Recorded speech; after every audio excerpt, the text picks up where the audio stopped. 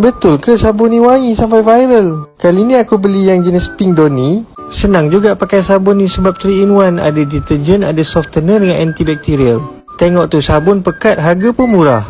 Bila buka je penutup dan tuang dalam mesin ni, bau dia memang wangi. Kita orang ambil jenis Pink Doni ni sebab suka bau-bau yang soft. Tips nak basuh baju lebih wangi, boleh letak dulu sabun and then baru letak baju.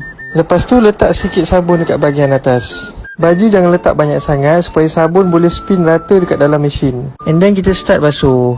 Aku pun dah tak sabar nak tunggu baju ni siap basuh sebab bau dia memang wangi. Yang paling best, aku dah tak payah nak beli sabun banyak-banyak lagi sebab sabun ni 3-in-1. Guna satu sabun je dah cukup. Delivery pun cepat. Next time memang aku boleh beli lagi sabun Dobi yang murah ni.